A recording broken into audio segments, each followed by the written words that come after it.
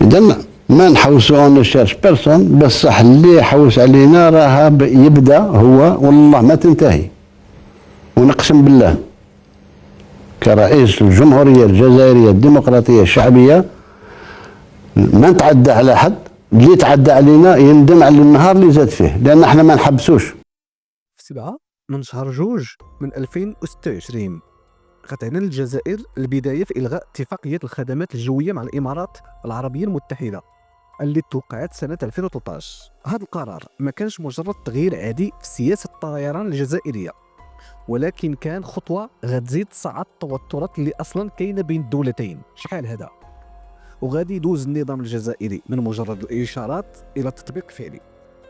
وعلى الرغم من أن الجزائر ما قالت رسميا أشنو هما الدوافع ديال هذا القرار، ولكن كيبان بلي هو قرار كيتماشى مع ما كتعتبر الجزائر تدخل إماراتي في شؤونها الداخلية.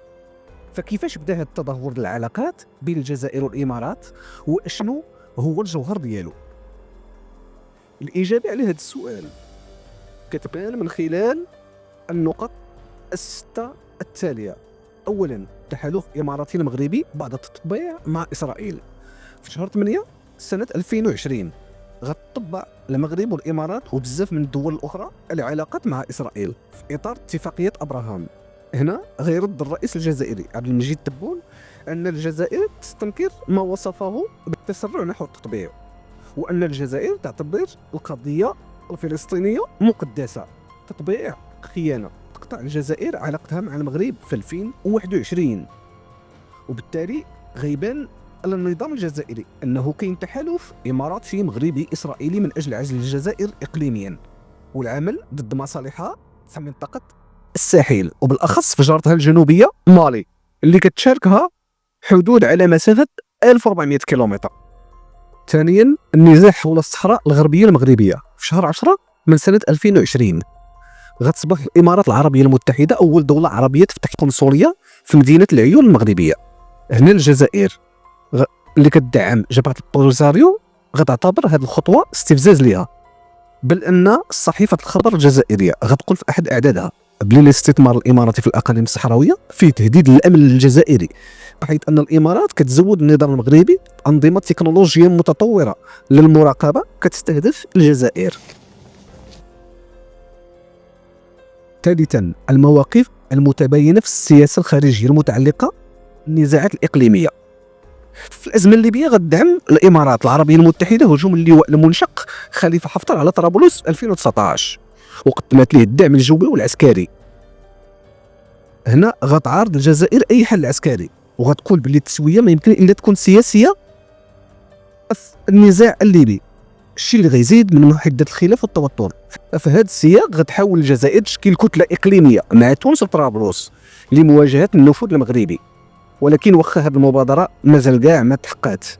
أما في الأزمة السودانية فالجزائر غتدعم قائد الجيش السوداني البرهان، عكس الإمارات اللي غتساند قوات الدعم السريع بقيادة حميدتي، الشيء اللي غيزيد يوتر العلاقات. رابعا، التدخل في الشؤون الداخلية الجزائرية. خلال الحراك الجزائري في 2019 غير رفعوا المتظاهرين لافتات كيتهموا بها الإمارات العربية المتحدة بعرقلة الانتقاد الديمقراطي ودعم العناصر المعادية للحراك. وغادي توثق تقارير موقع ميدل إيست شعارات كتندد بما اعتبروه المتجهين تخريبا إماراتيا. هذه الاتهامات غتزيد توسع وتنتشر في الشارع الجزائري، وغتولي عقيدة وسردية معروف بأن الإمارات العربية المتحدة كتحاول تخرب البلاد. وفي شهر أكتوبر 2025 غيعلن تبون عن الاستغراب ديالو من تدخل دولة خليجية ما سماهاش في الشؤون الداخلية الجزائرية، وغيكرر هذا الكلام في شهر جوج من 2026 فاش غيقول باللي الجزائر عندها علاقات مزيانة مع جميع الدول العربية باستثناء دويلة صغيرة كتسعى لإطارة الفتن.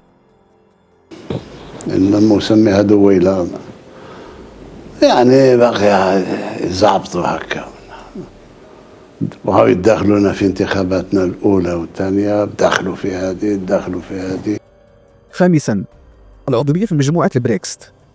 كانت الجزائر كتمنى بزاف انها تنضم لمجموعه البريكس الاقتصاديه سنه 2023، ولكن من بعد ما غيعلن رئيس جنوب افريقيا سيريل رامافوزا قبول 6 الاعضاء الجداد من بينهم مصر والسعوديه والامارات دون قبول الجزائر، فغتخلق صدمه عند النظام الجزائري اللي غيوجه اصابع الاتهام للامارات، اللي غيقول بانها نسقت مع الهند من اجل استبعاد الجزائر من الانضمام لهذا التحالف الاقتصادي المعروف بريكست. سادسا، التحريض الاجنبي. في 10 يناير 2024 غيصدر المجلس الاعلى للامن الجزائري بيان كيدين فيه الاعمال العدائيه اللي كتقوم بها دوله عربيه شقيقه، وكانت تلمح هنا للامارات اللي كتهمها الجزائر بالتواطؤ مع المغرب واسرائيل وتحويلها لوسائل اعلام معاديه للجزائر وتمويلها لوسائل اعلاميه معاديه للجزائر في منطقه الساحل ودعمها للانقلاب في الجزائر. صحيفه الخبر الجزائريه غتقول في احد مقالاتها بلي الامارات قدمت الدعم لحركه الاستقلال القبائليه وهي جماعه انفصاليه، وبالتالي فهذه اعمال عدائيه كتهدف لتقسيم الجزائر وتفتيت العالم العربي. هادو اذا 6 من اهم الاسباب اللي خلت العلاقات الجزائريه الاماراتيه تتوتر. ولكن اجي نقول لك واحد المساله لابد من المعرفه ديالها.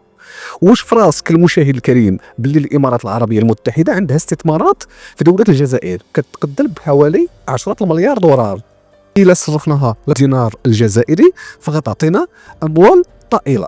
وفي الاستثمارات الضخمه راه ماشي في مجالات عاديه، لا بل في قطاعات حساسه وكبيره كتشكل العصب ديال الاقتصاد الجزائري، واهمها قطاع الموانئ، حيث كنلقاو شركه موانئ دبي العالميه دي بي وورد هي اللي كتشرف على الاداره ديال ميناء الجزائر العاصمه، الشريان التجاري الاول في البلاد، واشرافها كذلك على ميناء جنجن بمدينه جيجل اللي كتعتبر نافذه استراتيجيه على البحر الابيض المتوسط. شركه دي بي وورد الاماراتيه كتستحوذ على عقود امتياز طويله الامد بنسبه كتراوح ما بين 60 الى 70% من حركه الحاويات والمداخيل اللوجستيكيه، ثم الصناعات العسكريه. فمثلا الاستثمار في شركه نمر الجيري اللي هي ثمره شراكه ما بين مجموعه ايدج الاماراتيه ومجمع ترقيه الصناعات الميكانيكيه التابع لوزاره الدفاع الجزائريه.